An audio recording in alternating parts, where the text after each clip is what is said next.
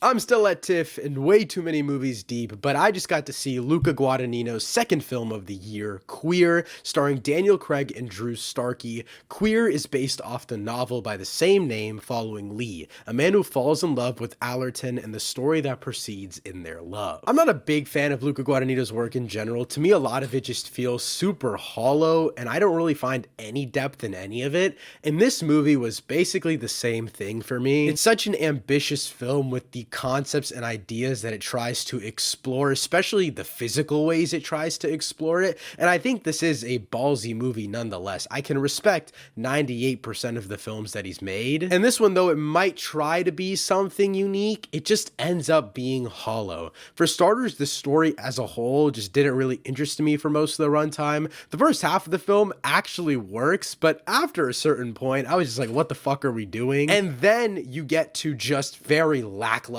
character work overall. It's not that I needed some super over emotional performance from Daniel Craig. I think he gives a great performance. It's very subtle and very nuanced, and I think it works for what it's trying to be, but it's just nothing amazing. And I really feel like I needed an amazing Daniel Craig performance as a through line of this film because I didn't connect to much else of it. To me, there was just really nothing to grab onto with any of the characters in general because a lot of it felt so ambiguous to me until the second half. A lot of just the plot in general was very simple of a man falling in love with another man, but there was no nuance to it in my opinion other than the fact of like, oh, this guy is gay or he isn't gay, we just don't know and we're trying to find that out. And that's not really an interesting story to me, at least the way that Guadagnino proceeds to tell it. And then we get to Drew Starkey, who in my opinion gives a much more interesting performance than Daniel Craig, but he's also just not given much material to work with in general. I think their pairing is interesting. They have a lot of great chemistry, but again, their characters just aren't given enough to work with for me to really care about them. The main thing to talk about this film, though, is how mythical it really gets. And without giving any spoilers away, this movie gets really weirdly mythical, at least the physical manifestations of it, and I found that to be a really interesting element of it.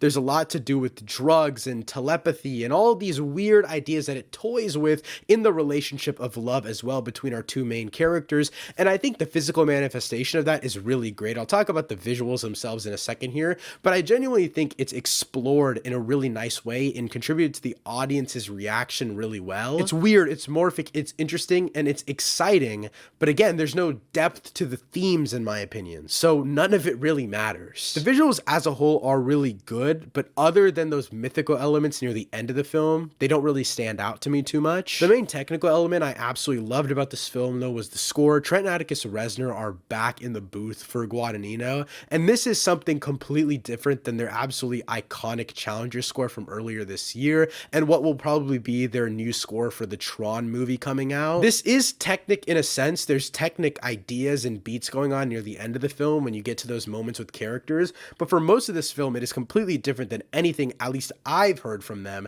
and it is absolutely fucking amazing. They are the best part of this film in my opinion. And to wrap it up, I want to talk about the thematic ideas behind this movie because on a baseline, I was really interested in this movie, even though I wouldn't really connect to the main premise of what's going on. But then you add in these hollow characters and stories, and what kind of just feels like a directionless film for a majority of the runtime to me, it all just crumbles under its own weight. It just really isn't interesting to me and just really falls flat in all areas except for technical elements. Overall, I'm going to give Queer a 6.5 out of 10. I really wasn't the biggest fan of this film, but I can still respect how many swings it does take. If you've seen or want to check out Queer, let me know what you think of it in the comments down below. Thank you so much for watching. I'll see you next time. Peace.